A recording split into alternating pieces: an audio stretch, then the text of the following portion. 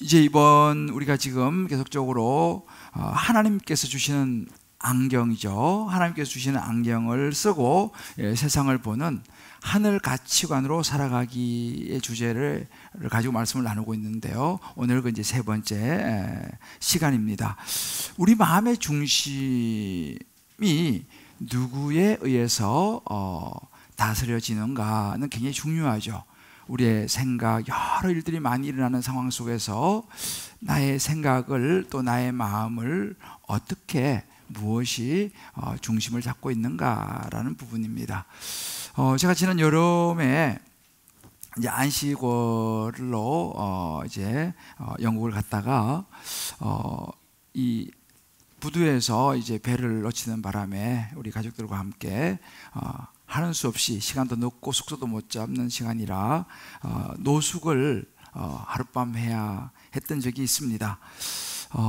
물론 이제 밤을 새서 이제 노숙을 해야 됐지만 그렇게 마음이 그렇게 많이 힘들지는 않았습니다. 또 뭐 육체는 조금 피곤할지 모르지만 또 제가 가족들과 함께 있고 또 제가 가족들을 잘 지켜야 한다 이런 마음 때문에 또 어떤 눈으로 밤을 새우기는 했습니다만은 그렇게 힘들지 않고 그래도 마음이 참 좋았던 그런 기억이 있는데요. 왜 그러냐 생각해 보니까 이제 힘들지만 하룻밤 여기서 노숙하고 나면 이제 새벽이 날이 밝아오면 이제 첫 배를 타고 우리가 목적지로 갈 수 있다는 거, 가면 우리 계획대로 또 편안히 쉴 수 있다는 거, 그런 생각을 아마 했기 때문이 아닌가 이런 생각을 해보는데요. 뭐 여러분들도 지난 한 주를 지내면서 이런저런 일이 아마 많으셨을 거예요. 때로는 힘든 일, 때로는 좋은 일, 때로는 뭐 마음이 상하는 일, 이런저런 관계 속에서 많은 일들이 있었을 텐데 중요한 것은 우리 마음이 무엇에 의해서 이제 다스려지느냐라고 하는 것 같습니다. 그래서 그거에 의해서 많은 것이 달라지죠. 똑같은 상황과 환경이라도 이제 여러 느끼는 것들도 달라질 수 있다라는 생각을 해봅니다. 예수님께서 그런 말씀하셨어요. 오늘 마태복음 5장 5절 말씀에 보면 온유한 사람이 복이 있나니 그들이 땅을 기업으로 받을 것이며 라고 했습니다. 어떤 사람이 그러면 온유한 사람인가? 또 어떻게 온유한 사람으로 또 살아갈 수 있을까? 그래서 우리가 땅을 얻을 수 있을까? 이런 부분들을 오늘 이제 예수께서 말씀을 해주시는데요. 그래서 우리가 땅을 얻을 온유한 사람은 어떤 사람인가라는 부분입니다. 오늘 첫 번째 이제 예수께서 주신 말씀은요, 하나님의 말씀에 다스림을 받는 사람이 온유한 사람이다라고 말씀하십니다. 보통 우리가 이제 온유하다 이런 말을 들으면 여러분 어떤 이미지가 떠오르세요? 저 사람 참 온유하다 하면 보통 저 사람 참 마음씨가 따뜻하고 부드러운 사람이다, 이런 이제 아마 여러분들이 그런 그 이미지가 아마 떠오르실 겁니다. 뭐 때로 또 어떤 경우에는 저 사람은 참 누가 뭐라고 해도 말도 한마디 제대로 못하는 참 착하지만 왠지 좀 이렇게 약해 보이는 그런 이미지를 또 떠올릴 수도 있습니다. 물론 이제 우리 온유하다라고 하면 여러 그런저런 이미지를 생각할 수 있지만 예수님께서 오늘 말씀하시는 이 온유한 사람이, 온유라는 말은요 원래 이 원어 헬라어로는 프라우스라고 하는 단어입니다. 이 프라우스라고 하는 단어는 그런 의미하고 조금 다릅니다. 이 당시 그리스 당시에 이제 이 말을 기를 때 야생마를 잡아다가 이제 조련을 내서 기를 드리는데요. 그래서 아주 전쟁에 능한 그런 명마를 이제 만들죠. 그러면 이 조련사가 야생마를 잡아가지고 훈련을 시킵니다. 훈련을 시키면서 계속 그때 하는 말이 무슨 말을 하면 프라우스라는 단어를 썼어요. 프라우스. 우리만 온유죠. 그래서 이 프라우스라고 소리를 치면 이제 이 명령을 내리면 이 야생마들이요 막 훈련받아 목이 굉장히 마르지 않습니까? 그런데 강가에 딱 가서 프라우스 하면 이 말들이 멈춥니다. 너무너무 목이 마르지만 참고 물을 먹지 않아요. 그래서 이 조련사가 이제 먹어도 된다 이렇게 말을 하기 전까지는, 최후의 명령이 내리기 전까지는 계속 기다리면서 힘든 걸 참는, 이렇게 훈련으로 단련된 마음, 이게 이제 프라우스의 의미예요. 브라우스. 우리도 여러분 요즘 이제 이 강아지 반려견을 많이 키우지 않습니까? 가끔 유튜브 보면 먹이를 앞에 딱 놓고 기다려 이렇게 얘기하지 않습니까? 그럼 뭐 이 강아지들이 막 힘들지만 이렇게 기다리는 거 이제 볼 수 있는데 이제 그런 개념입니다. 이 프라우스, 이 온유, 이것을 우리 사람으로 말하면요, 저와 여러분 우리 안에 있는 이런 어찌 보면 야생마와 같은 그런 욕구, 내 마음대로 그냥 좀 하면서 살고 싶은 어떤 그런 그 욕망, 이런 어떤 우리는 이 죄의 이 본성, 이런 것들이 우리 있습니다. 우리 태어날 때부터 이미 죄성을 가지고 태어나기 때문에 그런 욕구들이 있어요. 그런데 바로 그런 우리 안에 있는 이런 야생마와 같은 그런 욕구들을 따라가는 것이 아니라 이 온유함이라는 것은 하나님의 말씀의 가르침에 다스려지고 조절되는 마음, 자기의 뜻도 쉽게 굽히는 순종하는 태도, 이것이 온유함입니다. 예수님께서 말씀하신 온유함 이런 거예요. 다시 한번 읽어드릴게요. 하나님의 말씀의 가르침에 다스려지고 조절되는 우리의 마음이에요. 때로는 자기의 뜻이 있죠. 그러나 그 뜻도 하나님 말씀에 쉽게 굽히는 순종하는 태도, 이것이 온유함입니다. 그러니까 말하자면 이 우리의 욕구와 우리의 본능이 아닌 우리의 삶을 주관하시는 하나님께서 좀 기다려라 그러면 막 하고 싶어도 우리 마음을 조절하고 다스리면서 기다리는 거예요. 또 이제는 움직여라 라고 하면 움직이기 싫어도 이제 그 하나님의 말씀을 따라서 네 하고 움직이는 것, 이것이 온유함이다라고 이제 예수님께서 말씀하십니다. 근데 이런 그 온유함은요, 세상이 가지고 있는 가치관하고는 아주 달라요. 여러분, 세상이 가지고 있는 생각은 뭡니까? 내 인생은 나의 것이다. 너가 하고 싶은 대로 하며 살아라. 너가 좋은 거 그냥 하며 살아라. 너 성향대로 살아라. 네가 주인 아니냐라고 세상은 우리에게 말을 하죠. 이게 세상의 가치관입니다. 그러다 보니까 어떤 일이 벌어지냐면 우리 안에는요, 말씀드린 것처럼 이 죄성이 있기 때문에 이 이기적인 본성이 나오는 거예요.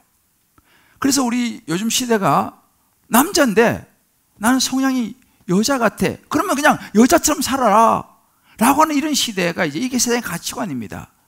내가 하고 싶은 대로 하며 살아라. 이제 그러다 보니까 어떤 현상이 벌어집니까?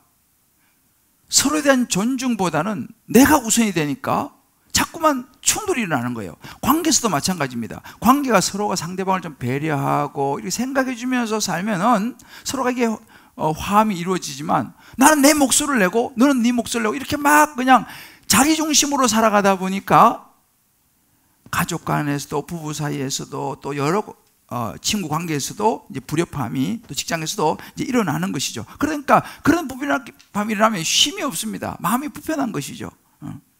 이것이 어찌 보면 온유의 반대입니다. 하나님은 이걸 아셨어요. 우리를 그냥 내버려 두면, 아담과 하와 이래로 우리를 그냥 내버려 두면 우리는 모두 죄의 본능대로 살아갈 것이라는 것을. 그래서 자기중심적으로 이기적으로만 살아가다 보면 세상은 더욱더 힘들어지고 다툼이 많아지고 더 타락할 것을 하나님은 아셨습니다. 그래서 하나님은요, 하나님이 세운 창조의 질서가 있어요. 그 질서와 역할, 그 말씀을 따라서 우리가 살아가야지, 그렇게 하나님의 말씀을 따라 살아가는 온유함으로 살아가야지 부부 사이도 또 부모 자식 사이도 또 우리가 살아가는 이 사회, 이 세상도 좋은 조화를 이루면서 평안 가운데 살아갈 수 있다는 것을 하나님이 아신 것이죠. 그래서 우리가 온유한 사람, 온유함을 따라 살아가는 사람, 다시 말하면 하나님의 말씀, 내 마음, 내 생각이 아니라 하나님의 말씀에 의해서 다스림을 받는 사람이 복이 있다라고 말씀하시는 거죠. 여러분, 이 온유함의 모델이 있습니다. 온유함의 최고의 모델은 누구냐면 예수님이셨어요. 여러분이 잘 아시는 마태복음 11장 29절 말씀인데요, 28절에 여러분 잘 아시는 수고하고 무거운 짐진 자들 다 내게로 오라 내가 너희를 쉬게 하리라 이렇게 말씀하시면서 29절을 말씀하셨어요. 나는 마음이 온유하고, 이렇게 말씀합니다. 나는 마음이 온유하고 겸손하니 나의 멍에를 메고 내게 배우라. 그리하면 너희 마음이 쉼을 얻게 될 것이다. 이 온유함을 배우면 너희 마음이 쉼을 얻게 될 것이다. 이렇게 말씀했습니다. 예수님이 온유하신 분이라고 말씀하셨죠. 자, 그러면 어떻게 이렇게 말씀할 수 있습니까? 예수님은요, 하나님의 아들이셨어요. 그러나 예수님의 삶을 쭉 살펴보면요, 예수님은 자기 마음대로 절대로 살지 않으셨어요. 복음서에 보면 예수님은 항상 아버지의 뜻을 구했습니다. 이거 아버지가 하라고 하시는 건가? 이것이 아버지가 하지 말라고 하시는 건가? 항상 하나님의 뜻을 살폈습니다. 그래서 대표적으로 요한복음 17장 4절에 이런 구절이 있습니다. 아버지께서 내게 하라고 주신 일을 내가 이루어 아버지를 이 세상에 영화롭게 하였사오니라고 얘기합니다. 그러면 아버지, 하나님께서 예수님에게 하라고 주신 일이 뭡니까? 그건 굉장히 힘든 일이었어요. 너무너무 하기 싫은 아픈, 정말 때로는 수치스러운 일이었습니다. 뭡니까? 십자가를 지고 죽는 거였어요. 세상의 모든 사람들을 죄에서 구원하기 위해서, 그 죄값을 치르기 위해서 예수님은 십자가에 달려 모든 죄를 짊으시고 부끄러움과 수치를 안고 죽으셔야 됐습니다. 이건 너무너무 힘든 일이죠. 그런데 예수님께서는 아버지께서 내게 하라고 하셨으니까 내가 이 일을 한다라고 말씀하시는 거예요. 이게 뭐예요? 이게 온유함이죠. 인간적으로 힘들지만 하나님의 말씀을 따라서 자기의 마음을 이제 조절하고 따라가는 것이죠. 그 고난의 십자가, 그것을 지는 것이 결국은 세상을 구원할 수 있는 유일한 길이다라고 하나님께서 딱 말씀하신 거예요. 그 말씀을 따라가는 것이죠. 심지어 예수님께서요, 십자가를 앞에 두고 이렇게 기도하신 장면이 나옵니다. 누가복음 22장 42절을 보게 되면 아버지요, 이제 기도하는 장면이죠. 만일 아버지의 뜻이거든 이 잔을 내게 옮기시옵소서. 이 십자가 제가 아버지 뜻이면 안 지면 안 되겠습니까? 그렇지만 내가 원하는 대로 하지 마시고 아버지의 원하는 대로, 뭐예요? 아버지의 뜻대로 되기를 원합니다. 이게 뭐예요?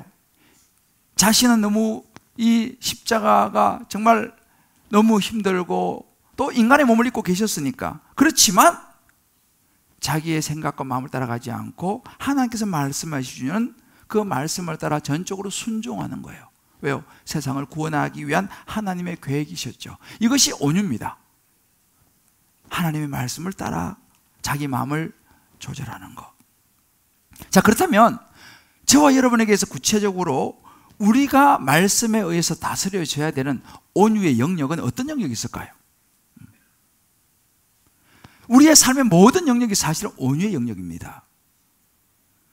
대표적으로 우리의 말, 우리의 언어, 이것은 하나님에 의해서 다스려져야 되는 우리 마음의 영역이죠. 말, 또 우리의 감정, 또 우리의 마음, 또 우리의 행동, 이 모든 우리 살아가는 모든 삶의 영역이요, 온유의 영역이에요. 하나님의 말씀에 의해서 다스려져야 되는 영역입니다. 그런데 다 중요하지만 한 예로 그 중요한 영역이 이 말이에요. 말. 여러분, 이 말에 대해서 성경 굉장히 많이 말하고 있어요. 그 대표적으로 야고보서 3장 5절 6절에 보면 이런 구절이 있습니다. 보라, 얼마나 작은 불이 얼마나 많은 나무를 태우는가. 혀는 곧 불이요 불의 세계라. 혀는 우리 지체 중에서 온몸을 더럽히고 삶의 수레바퀴를 불사른다 그랬습니다. 여러분, 우리 지난 여름에 불이 나가지고 엄청 이 강원도부터 해가지고 많이 태우지 않습니까? 그 시작은 작은 그 불로 시작한 거예요. 이 작은 불이 얼마나 많은 나무를 태우는가. 여러분, 불이 너무 유용하지 않습니까? 불이 없으면 세상에 어떻게 살겠습니까? 불이 너무 유용하지만 이 불이 제대로 통제되어지지 않으면요, 이 불이 온 삶을, 몸을 더럽히고 삶의 수레바퀴를 불살라 버린다는 거예요. 그러니까 이 우리의 말이라는 것이 너무 중요하지만 이 우리의 말이 다스려지지 않으면, 하나님의 말씀에 의해서 다스려지지 않으면 이 우리의 말 한마디는요, 온 가정을 그냥 풍지박산나게 또 만들 수 있다는 거예요. 모든 관계들이 그냥 그 말 한마디 때문에 깨어지게 만들 수도 있고, 교회도 마찬가지죠. 말 몇 마디 때문에 뭐 교회가 그냥 흔들릴 수도 있다는 사실입니다. 그러니까 이 말이 다스려지지 않으면 이렇게 위험하다는 거예요. 그래서 하나님께서 말씀하시는 것은 뭐냐면, 이 말은 하나님의 말씀에 의해서 다스려져야 된다는 거예요. 하나님의 말씀을 따라서 때로는 막 아무 말이나 하고 싶은 대로 다 하는 게 아니라 때로는 하고 싶은 이야기도 하나님 말씀에 비추어서 이건 아니다 라고 생각되어지면 그것을 멈출 수 있고 절제할 수 있는 것, 이것이 온유함이다 라고 이야기합니다. 그러니까 항상 말씀을 조심해야 되는 것. 그래서 에베소 4장 1절 2절 보게 되면 부르심을 받은 이 합당히 행하여 모든 겸손과 온유로 이렇게 하겠습니다. 이 모든 것이 다 포함되는 것이죠. 저는요, 우리 교회에 우리 교회는 이제 양육과 훈련 중심의 교회입니다. 이제 하나님의 말씀대로 이제 우리가 살아가는 참된 그리스도인이 되기를 우리는 소원하면서 가는 것이 우리 주님 기쁨이에요. 그래서 우리 제자되어 세상을 변화시키는 생명 공동체, 그게 제자의 삶이죠. 그런데 제가 요즘 이번 학기도 저는 이제 사육 훈련을 하는데, 훈련하면서 어떤 숙제를 내주냐면요, 우리 남자 반 여자 반 있는데 남편들에게 집에 가서 이번 일주일 동안 부인에게 경어를 쓰고 오시오 라는 숙제를 제가 냅니다. 경어를 쓰고 오시오. 아내들에게도 이번 주 집에 가서 남편들에게 일주일 동안 경어를 쓰고 오시오, 이런 숙제를 냅니다. 그런데 이게 생각보다 굉장히 어렵다는 걸 제가 보게 돼요. 이 숙제를 내면 거의 한 50%는 실패를 합니다. 물론 이제 이 영어는 경어 이런 개념이 좀 없죠. 우리 한국말은 이게 경어의 개념이 있지 않습니까? 그래서 사실은 이 한국 사람들에게는 이 언어가, 이 말이 사실 굉장히 중요한데, 한국의 이제 분위기가 뭐 안 그런 집도 있지만 대부분의 경우는 결혼을 하게 되면은 부부가 서로 편하다고 해가지고 거의 말을 놓는 이렇게 그냥 그런 가정들이 굉장히 많더라고요. 그러다 보니까 그냥 말을 그냥 이렇게 쉽게 던지다 보니까 부부 사이에 때로는 존중되어야 될 부분까지도 너무 때로는 무시받는 듯한 느낌을 받을 수도 있고, 이런 말이 이렇게 그냥 너무 쉽게 오가는 거예요. 또 이 호칭도 우리 한국 이 부부의 사이의 호칭은 상당히 다양해요. 남편이 뭐 오빠가 되기도 하고, 자기가 되기도 하고, 뭐 여러 가지 있어요. 근데 중요한 것은 이 말이 너무 중요하거든요. 근데 왜 제가 이런 숙제를 내냐 하면은, 하나님의 말씀에 부부는 서로가 존중해야 된다라고 가르치고 있습니다. 자, 그러면 존중을 하려면 말이 존중의 의미가 나가야 되거든요. 그래서 제가 이 숙제를 내면서 온유를 훈련시키는 거예요. 그래서 왜요? 하나님의 말씀에 따라서 내 말, 내 이 존칭도 다스림을 받아야 된다는 거예요. 우리는 그냥. 근데 이제 이렇게 제가 숙제를 내줘보니까 그런 거예요. 서로가 어색한 거예요. 갑자기 왜 그래요? 그냥 하는 대로 해요. 불편하니까. 갑자기 막 남편이 와가지고, 그러셨어요? 이렇게 하니까 부인들이 막 어색한 거예요. 왜 그러냐고 지금. 이것이 뭐냐면 온유를 훈련하는 거죠. 이게 여러분 제자훈련이고 이게 사육훈련입니다. 우리 감정도 마찬가지예요. 여러분, 감정도 있잖아요. 하나님 말씀에 의해서 다스려져야 돼요. 그러니까 나는 기질이, 나는 원래 좀 다혈질이야. 나는 좀 불뚝성질이 있어. 뭐 어쩔 수 없어. 여러분, 이건 온유가 아닙니다. 나는 경상도 사나이, 뭐 이런 거. 그러니까 그렇게 해서 우리는 그냥 자기 생긴 대로 성질, 기질대로 그냥 이렇게 살아가는 거. 세상에서는 그것을 뭐 용납할지 모르지만은 하나님께서, 예수님께서 말씀하신 그건 온유가 아니다 이렇게 말하는 거예요. 그래서 때로는 화가 나더라도 하나님 말씀에서 그건 아니다라고 하면 화내지 않을 수 있어야 한다는 사실이에요. 여러분 주변에 이런 사람이 참 무서운 사람이에요. 나 뒤끝이 없어. 화 엄청 내놓고 돌아서 나는 기억도 안 나. 뒤끝이 없어. 여러분, 이런 사람들, 이거 정말 굉장히 위험한 거예요. 왜 뒤끝이 왜 없어요? 이미 상대방은 맞아가지고 지금 쓰러졌는데 지금. 이것은 온유함이 아닙니다. 그러니까 말씀으로 다스려지지 않는 감정은요, 이거는 미성숙이에요. 우리가 보면요, 실제로 우리가 신앙생활 교회를 오래 다녀도 우리의 말과 우리의 감정이요, 하나님 말씀으로 다스려지지 않으면 그런 사람은 성숙하다고 말할 수가 없어요. 그런 가정은 화목하기가 어렵습니다. 그런 관계는 좋아지기가 어렵습니다. 여러분 보세요. 우리가 성경에 보면, 에베소서에 보면요, 그런 이야기 나와요. 어린아이의 일을 이제 버려야 된다. 왜냐하면 우리가 뭐 목사가 되고 뭐 이 교회 뭐 장로님 권사님 이렇게 오래 신앙생활하는 연륜이 있어도 우리의 말과 우리의 감정, 우리의 마음 이런 것들이 말씀에 다스리지 않으면요 여전히 어린아이 티를 못 벗는 거예요. 여러분 어린아이 특징이 뭡니까? 하고 싶은 대로 하는 게 어린아이예요. 엄마가 할머니 힘들고 어려워도 배고프면 무조건 우는 거예요. 무조건 젖달라고 그러는 거예요. 아파트에서도 그냥 엄마 아빠 생각 무조건 뛰고 놀아요. 왜요? 어린아이들은 그 마음의 이 통제와 절제가 잘 안 됩니다. 본능을 따라서 그냥 하는 것이 어린아이죠. 통제가 안 되는 거예요. 본능에 충실한 것이죠. 그러나 여러분 성숙한 사람이 누굽니까? 성숙한 사람은 자기를 제어하는 거예요.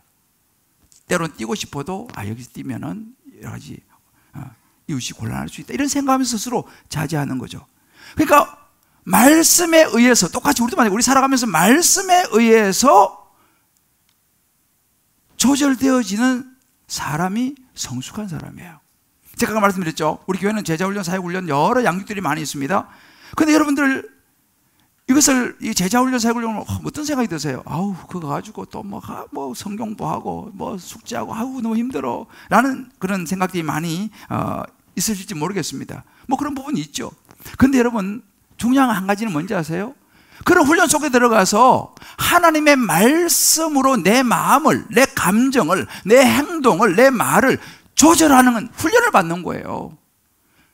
야생마와 같은 나의 그런 모습들을 말씀에 의해서 조절되어지는 훈련. 그래서 여러분들요, 여러분 그 아내들이나 혹은 남편이나 이런 교회를 오래 다녔는데 여전히 나한테 너무 좀 함부로 한다 이런 분이 계시면요, 여러분들 제가 오늘 중요한 걸 가르쳐 드릴게요. 보내세요. 보내세요.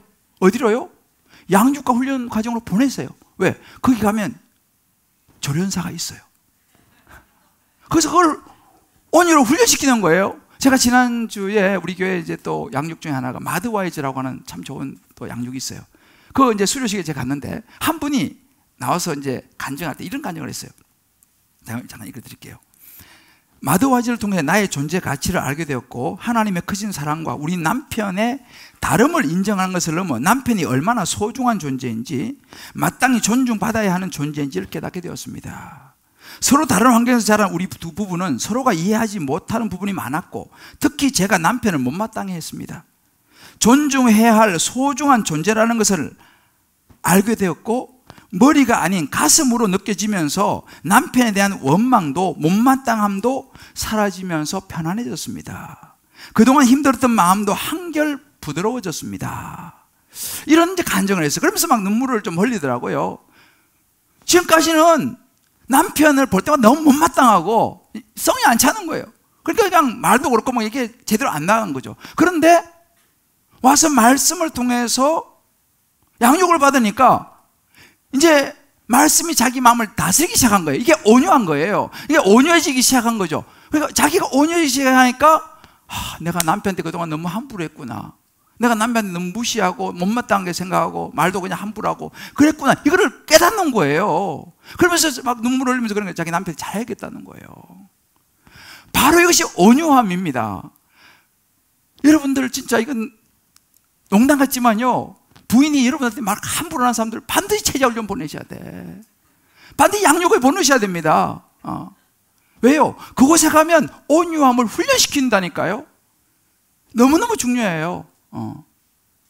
남편이 여러분들에게 좀 힘들게 하는 사람이 있으면요, 그 남편을 반드시 양육과 훈련의 과정 속으로 보내셔야 돼요. 왜? 그곳에 가면 그런 온유함을 하나님 말씀의 다스림을 받는 마음이 되면요, 온유해질 수밖에 없다는 사실이에요. 그래서 요즘 이렇게 훈련을 제가 시키면 느끼는 것이 뭐냐 하면은, 이 훈련의 과정이 사람을 온유하게 만드니까요. 심지어 이건 실제 있었던 일입니다. 엄마 아빠가 맨날 싸웠어요. 그래가지고 우리 엄마 아빠, 근데 엄마 아빠가 제자훈련을 들어갔습니다. 그런데 엄마 아빠 사이가 너무너무 좋아지는 거예요. 애들이 너무 잘 알잖아요. 그럼 엄마 아빠가 너무 사이 좋아지니까 애가 뭐야? 엄마 아빠 나도 제자훈련 들어가야겠어. 왜?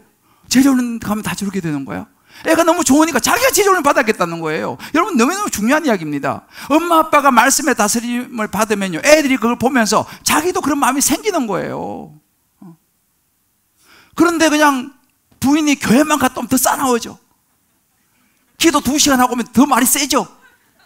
오자마자 사타라 불러가라 그러면서 이런 분위기 되니까 이거 이상하다 이거. 여러분 그건 온유한 마음이 아닙니다. 기도를 뭐 3시간 5시간 한다 하더라도 그건 말씀에 지배를 받는 사람이 아니에요. 하나님 말씀에 지배를 받는 사람은요 온유해지거든요. 남편에게 잘하게 돼 있어요. 아내에게 잘하게 돼 있어요. 이게 예수께서 말씀 온유함입니다. 그런 사람이 복이 있다는 거예요. 한번 이런 각자 돌아보세요. 나는 하나님 말씀으로 잘 다스려지고 내 말과 내 감정과 행동에 있어서 나는 온유한 아내, 온유한 남편, 온유한 부모, 온유한 자녀인가? 아니면 여전히 교회는 오래 다니고 했지만 여전히 내 성질대로 그냥 내가 하고 싶은 말 다 하면서 세상과 환경과 기분에 감정의 지배를 받으면서 그렇게 내가 살아가고 있는가라는 거죠. 이 땅을 얻을 온유한 사람의 두 번째는요, 관계 속에서 자신을 비우는 사람이에요. 온유함은요 관계 속에서 나타납니다. 어떤 관계요? 부부의 관계, 부모 자식과의 관계, 직장 동료와의 관계, 주변 사람들과의 관계에서 이 온유함이 나타나게 돼 있어요. 그러면 그 관계 속에 나타나는 온유함은 어떤 모습일까요? 우리가 구약성경 보면 민수기 12장 1절로 보면요, 모세 이야기가 나와요. 모세가 구스여인 이방 여인을 취했습니다. 그걸 보고 친형제들인 미리암과 아론이 모세를 막 비방을 해요. 막 지적질해요. 철해가지고 말이지, 지도자라고 이방 여인을 취하고 막 그렇게 비방을 합니다. 근데 그 당시 분위기가 어떤 분위기였냐면요, 모세가 정말 하나님의 부름을 받고 이스라엘 백성들을 출애굽시키는데 목숨을 정말 죽을 힘을 다해서 이스라엘 백성들을 이제 출애굽시키지 않습니까? 그래서 그 출애굽시켜가지고 온 인생을 다 들여서 광야를 200만이 되는 사람을 광야를 끌고 가는데 얼마나 힘이 들었겠어요. 그런데 그 광야에서요 이스라엘 백성들이 엄청 원망하고 뭐 물이 없다, 뭐 떡이 없다부터 시작해가지고 하여튼 조금만 안 좋으면 막 모세를 막 원망하고 심하고 죽이려고 그러고 이런 이제 분위기예요. 그런 분위기면 그래도 형제들은 뭐 미리암과 이 아론은 좀 모세 좀 그래도 위로해주고 좀 옆에서 좀 이렇게 말이라도 거들어주면 좋지 않습니까? 그런데 이 이방 여인을 취했다고 막 비방하고 그런 모습이 나오는 거예요.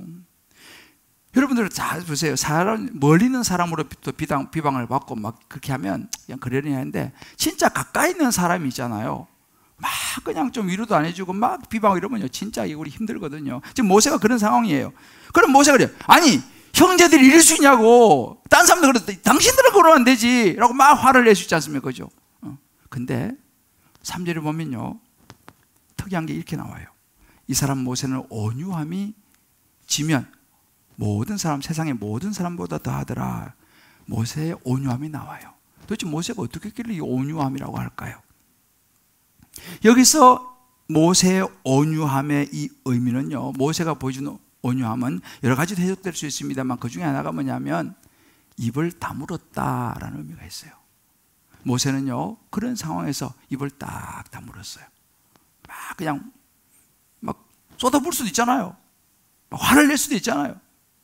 이런저런 이야기도 할 수 있잖아요. 근데 모세는 입을 딱 다물었다. 왜 입을 다물었을까요? 민수기 12장 2절을 보면 끝에 이렇게 나옵니다. 여호와께서 이 말을 들으셨더라 라는 구절이 있어요. 모세는요 하나님이 이 모든 이 사람들이 지금 하는 이야기들을 다 듣고 계신다는 걸 생각하신 거예요. 하나님이 이 모든 상황을 다 안다는 걸 모세는 생각을 했어요. 그러니까 그렇게 비방을 하고 누가 뭐래도 입을 딱 닫을 수 있었던 것이죠. 이게 온유함이에요. 하나님을 신뢰하는 하나님과의 관계 속에서 자기 마음을 다스리는 거죠. 자기 말을 다스리는 거죠.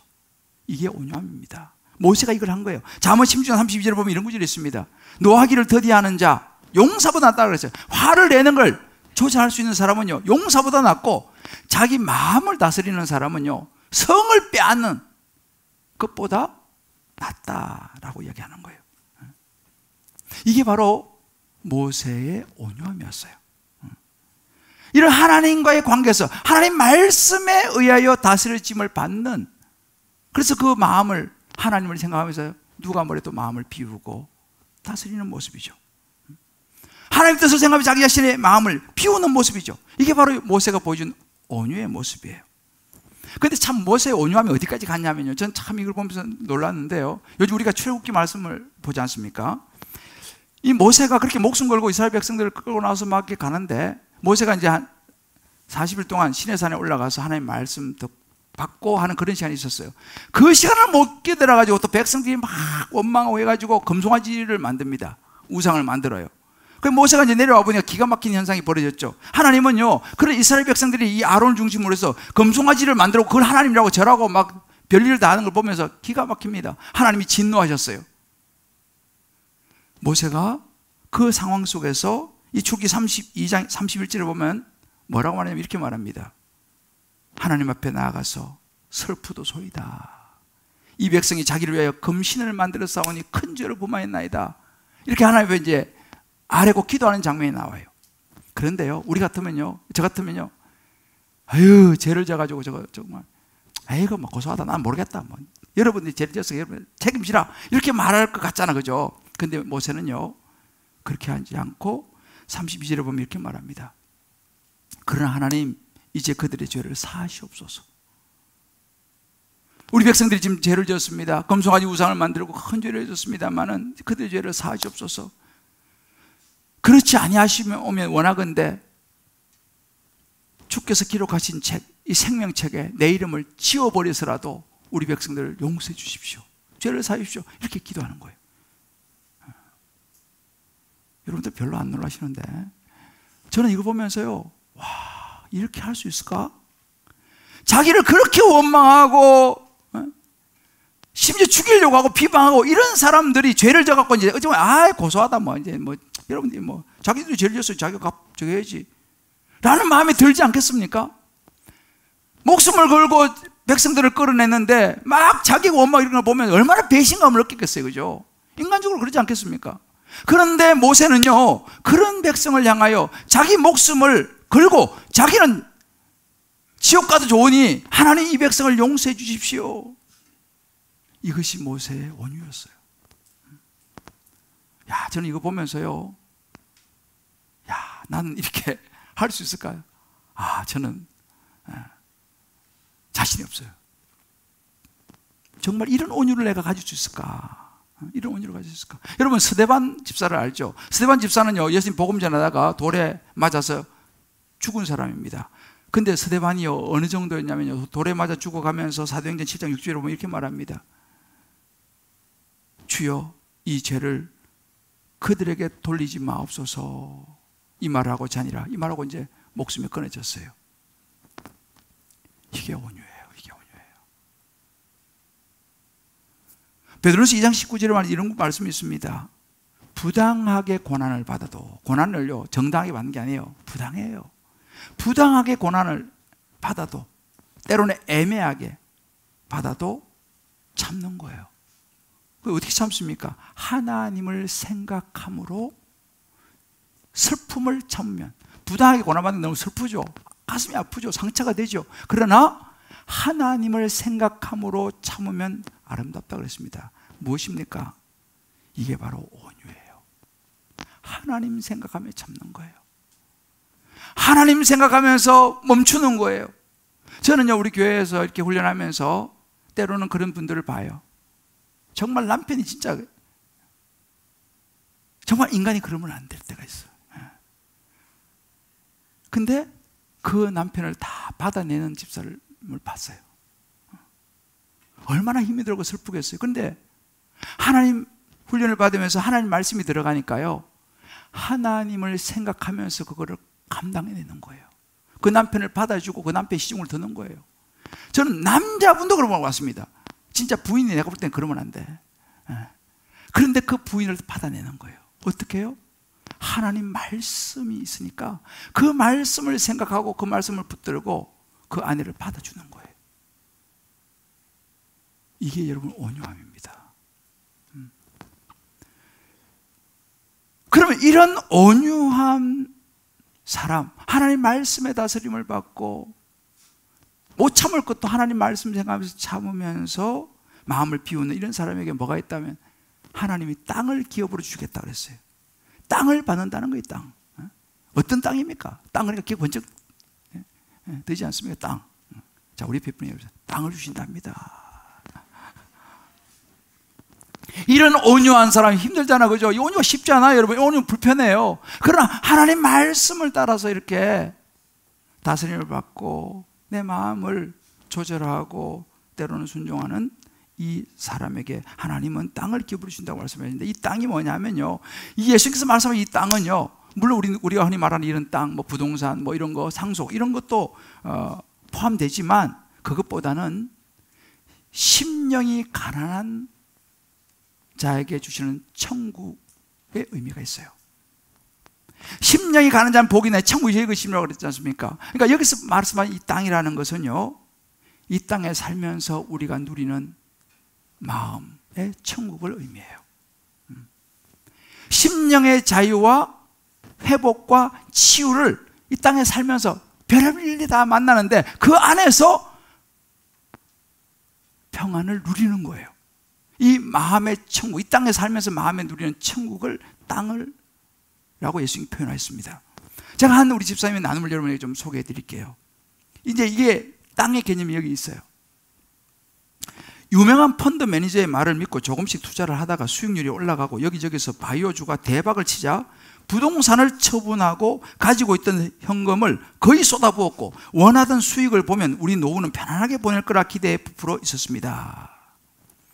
그러다가 2020년 하반기 주식이 조금씩 하락했지만 남편은 어차피 올라갈 재료가 있었기에 그때마다 일명 물타기를 계속했습니다. 저는 물타기가 뭔지 모르겠어요. 하여튼 뭐 이걸 했대요. 저도 좀 불안하기는 했지만 남편의 판단을 믿고 따랐습니다. 하지만 믿었던 투자 계획은 계속 미뤄지고 신뢰를 잃은 주가는 바닥을 모르고 떨어지기만 했습니다. 결국 2021년 3월 투자 금액의 70% 이상이 마이너스가 나자 그동안 버티던 남편이 무너지기 시작했습니다. 스트레스로 인한 우울증, 공황이 오고 평형 감각에 이상이 오면서 서 있기도 힘든 지경이 되었고 매일 울며 자책하며 괴로워하는 남편이 잘못될까 봐 두려워 돈은 필요 없다고 당신만 있으면 된다고 위로했지만 전혀 소용이 없었고 정신과 치료와 약물 치료도 해보았지만 효과는커녕 점점 나약해지는 모습을 제 힘으로 어찌할 수 없었기에 마음이 너무 힘들었습니다. 심령이 가난한 상황이었습니다. 그 지경이 되어서야 공동체와 말씀이 생각나고 목사님의 신방과 제자 훈련을 받게 되었습니다. 그때 제가 신방을 요청받아서 신방을 갔어요. 그때 뭐 저는 이 정도 이런 상황인지 잘 몰랐지만 아무튼 신방을 하게 됐어요. 그리고 세상의 욕심과 남편 우상에 사로잡혀 있던 나의 죄를 보게 하셨습니다. 믿음의 공동체의 수많은 기도와 훈련 과정을 거치면서 말씀으로 남편의 영육이 회복되었고 저도 세상보다는 하나님을 더 바라보는 적용으로 천국 소망을 가지게 되었습니다. 이제는 헛된 욕심보다 생명의 근원 되시는 하나님의 가치관으로 살아가길 소망합니다. 할렐루야. 이게 바로 땅을 얻은 거예요. 이게 땅을 얻은 거예요. 눈에 보이는 땅은요 아마 굉장히 많은 뭐 수십억이 되는지 하여튼 굉장히 많은 손실을 본 것 같아요.